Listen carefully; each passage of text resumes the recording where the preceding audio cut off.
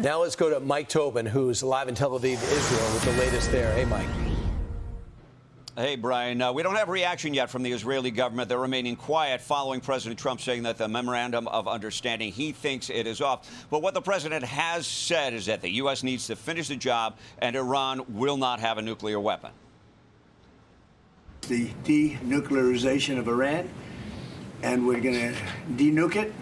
We're not going to let them because they're crazy and they can't have a nuclear weapon. I think they're incompetent, by the way. Because if they were competent, they would have made a deal a long time ago. The U.S. response has increased intensity. 8 times as many targets were hit compared to the last time the U.S. responded to Iran firing on ships in the Strait. The targets include some 60 Revolutionary Guard small boats. CENTCOM also says the strikes included defense systems, command and control networks, coastal radar sites, and anti-ship capabilities. And we have video of the U.S. strikes hitting in Bandar Abbas.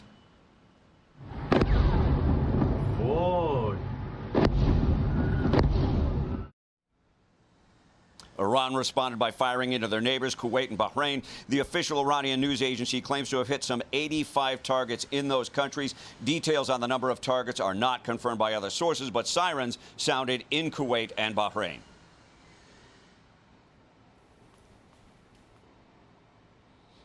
Now, Mohammed Gallup posted that the U.S. is violating the Memorandum of Understanding and wrote, the era of bullying and extortion is over. It leads nowhere. We don't fold.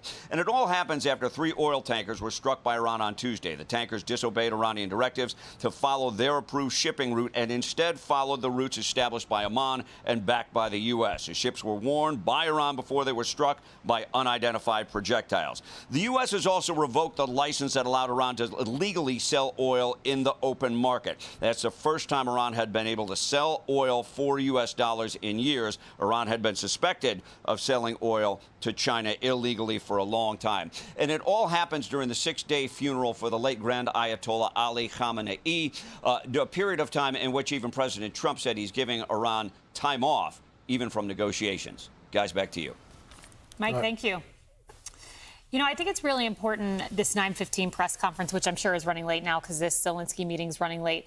The president's words, you've got to parse them. You look at our Chiron that was just up and it said, I think the Iran ceasefire is over. Later, he said, I'll let our wonderful negotiators keep talking if they wait, but I don't see it. He left himself room. So I'm very curious, if I'm a reporter at this press conference, the first question I'm asking is, are you still leaving open this negotiation path and you're signaling that you think the ceasefire is over? Or are you saying categorically the headline we should be writing in our newspapers is the ceasefire with Iran is definitively over? Getting through the nuance and finding the definitive words of the president would be my first task as a reporter. You know, the president always leaves the door open. That's just part of his negotiating style. But as many have stated before, the Iranians get a vote in this as well. And they've shown no willingness to negotiate in good faith.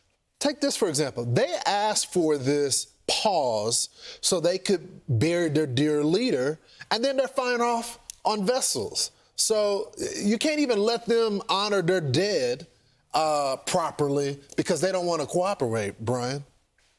So, yeah, well, let's see what's going to happen, because now if you're a country that says, all right, I'll buy oil from Iran, but I wonder if America is going to slap those sanctions on again, the answer is, yeah, they're on.